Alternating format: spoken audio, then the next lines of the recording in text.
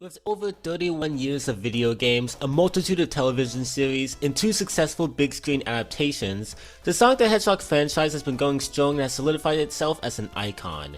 However, one medium this cocky blue hedgehog is quite familiar with is comic books. I'm not talking your occasional game tie-in prequel comic. No! Sonic has had ongoing comic books since nearly the original game's release. The most notable of which is Archie's stunning 290-issue long Sonic series that went on from 1993 to 2017. This is a whole nother part of the franchise that I, as a longtime fan, have never read. Once. I don't know about you, but I think it's time to change that. Welcome everyone to a new series here on this channel where I will cover and review each independent issue of such an integral, overlooked aspect of Blue Blur's long history. I'm personally excited since not only will I be venturing into the world of Sonic comics for the first time, but I will be doing so with you guys along for the ride. So let's begin our journey with the very first issue of Archie's up-and-coming juggernaut. Just to give you a fair warning, America and Japan used to have very different ideas when it came to how Sonic was supposed to be represented, and with there being no definitive story in the mainline games until 1998 Sonic Adventure, most Sonic media outside the games kinda winged it. So just know that the Archie series is going to contain elements and scenes that don't quite match the mainline game series. With that out of the way, the issue opens with its first story, Sonic the Hedgehog and Meet Me at the Corner of Hedgehog and Vine. Weird title. We open with Robotnik smashing a Sonic piano as he's shoved on by his nearby Batnik.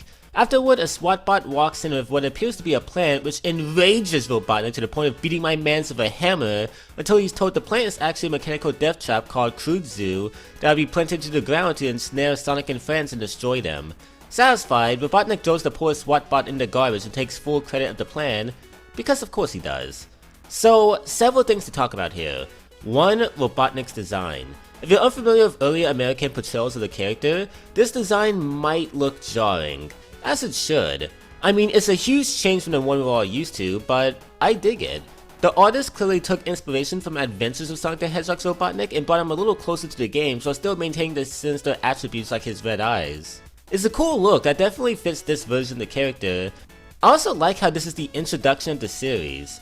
It's simple, but it clearly communicates to new readers that this Robotnik guy is bad news, and he's hell-bent on destroying his arch-nemesis Sonic the Hedgehog. Speaking of which, the next scene introduces our star along with an original character, Sally Acorn. These two discuss the framing of a map as another original character, Anton, is jealous that Sally is only talking with Sonic and not him. I do appreciate the joke that Sally tries calling his name as he's deep in thought about this. I also appreciate the visible map Sonic and Sally are setting up, which clearly lays out this world.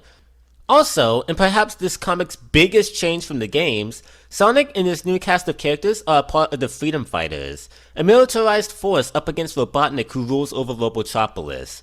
This is a huge change, but a welcome one. In the classic games, Sonic just runs through locations, frees enslaved animals, and crushes Robotnik's schemes. There wasn't really much else to it than that. So taking that dynamic and transforming it into a global war effort, while a little jarring, creates more avenues for engaging stories. Anyways, Anton goes up to get Sally flowers when he's immediately attacked by Kudzu. This gets Sonic's attention and he quickly grabs Sally and speeds to Anton's aid after a casual fourth wall break. That happens a lot in this first issue and it kinda took me off guard. Anyways, while it's way too early for me to have a definitive opinion on any of the Freedom Fighters, the writers definitely got Sonic right. This teenage rebellious hedgehog ain't no Boy Scout, but he's certainly not a straight up a-hole, most of the time. Much akin to Adventures of Sonic the Hedgehog, this character is laid back, full of quips, and has all the makings of an unlikely hero. Usually when it comes to Sonic, Jason or Roger's voice pops into my head, but as I was reading this, I couldn't help but hear Jaleel Wright's performance. Which, I mean, hey, I'm not complaining. Sonic and Sally find Anton being attacked, and Sonic both saves and mocks him, then brings him to the knothole. Just a quick side note, it's interesting how the spin dash is called the Sonic Spin.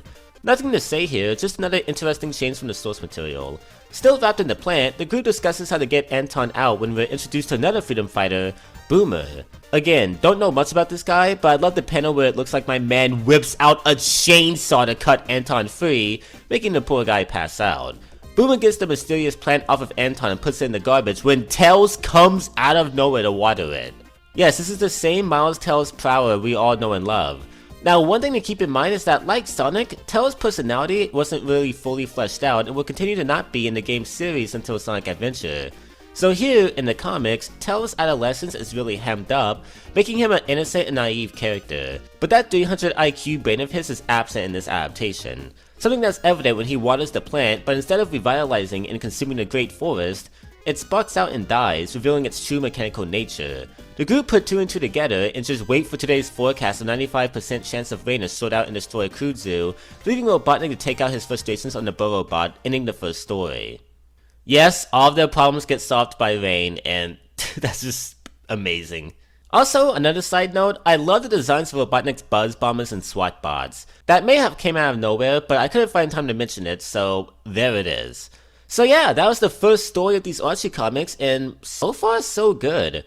While nothing remarkable, Meet Me at the Corner of Hedgehog and Vine set things up well while also telling a fun story. It's clear these comics are heavily aimed at children, but I mean, this is a kid's franchise, and for what it is, this Archie series is pretty fun so far and has gotten off on a good start.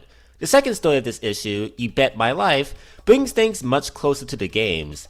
Here, the freedom fighters find out about a speech Robotnik is planning on giving in the Casino Night Zone, so Sonic is tasked with going there and attending.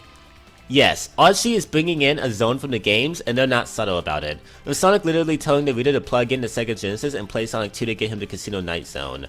Sorry Sonic, but if this was my 10-year-old self reading this, he'd be too busy drowning to death in Chemical Plant. Anyways, Sonic makes it to Casino Night Zone, and while it looks nothing like the game version, it's a lively location that breathes some life into the zone overall.